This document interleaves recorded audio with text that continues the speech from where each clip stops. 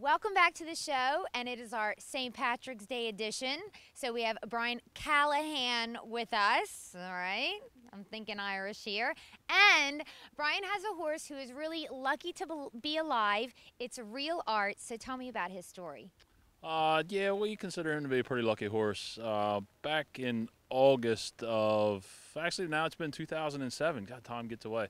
I think we had a tornado at the farm. FEMA came out, they said no, but we had some pretty significant damage, and Art just happened to be out in the field.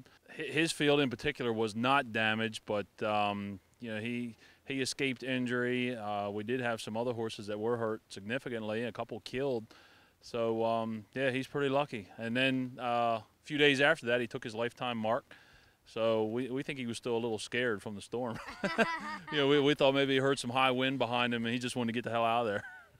Well, so he weathered a storm, literally, okay? And then if we want to talk about figuratively him weathering a storm, he got injured shortly after he took his lifetime mark.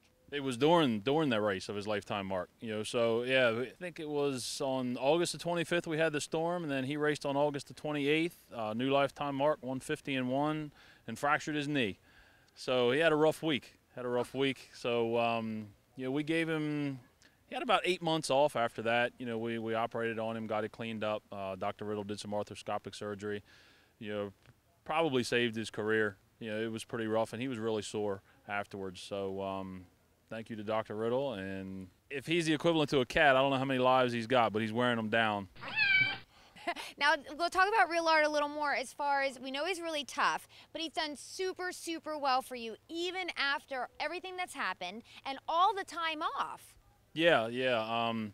He hasn't seemed to slow down at all. He's in tonight, actually. I think he's got a pretty good chance. He finished second last week. He won the week before. So he's hung in there, and he's tough, lucky, tough. He's got it all, you know. So we keep our fingers crossed and hope he lasts a long time. Yeah, and you know, I really can't let Brian go unless I think your wife, she has a couple horses that she wants you to talk about. Is that correct? Yeah. And if I let him go without him talking about these horses, there might be maybe no speaking on the way home in the truck and trailer tonight. So yeah, we got a horse that we raised, Man He Can Go. And he's just starting back this year. He's 3 for 3, new lifetime mark this week. He's another luck. He actually got hurt in the storm. Yeah, he had a big slice of his knee cut off. Not to the bone, but real close to it. And it wasn't like a cut where you could stitch it up.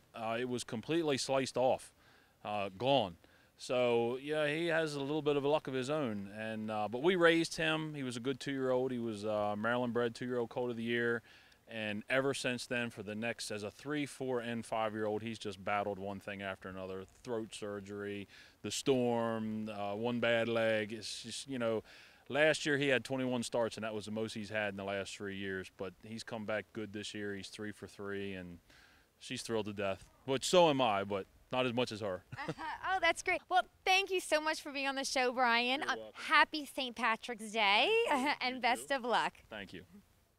Okay, here's a little sidebar to that interview. After Brian and I got done talking, Real Art actually was in the very next race.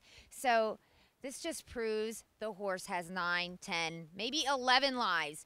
He got in an accident, but you know what? He came out of it just fine. This horse definitely is the epitome of lucky. So go Real Art.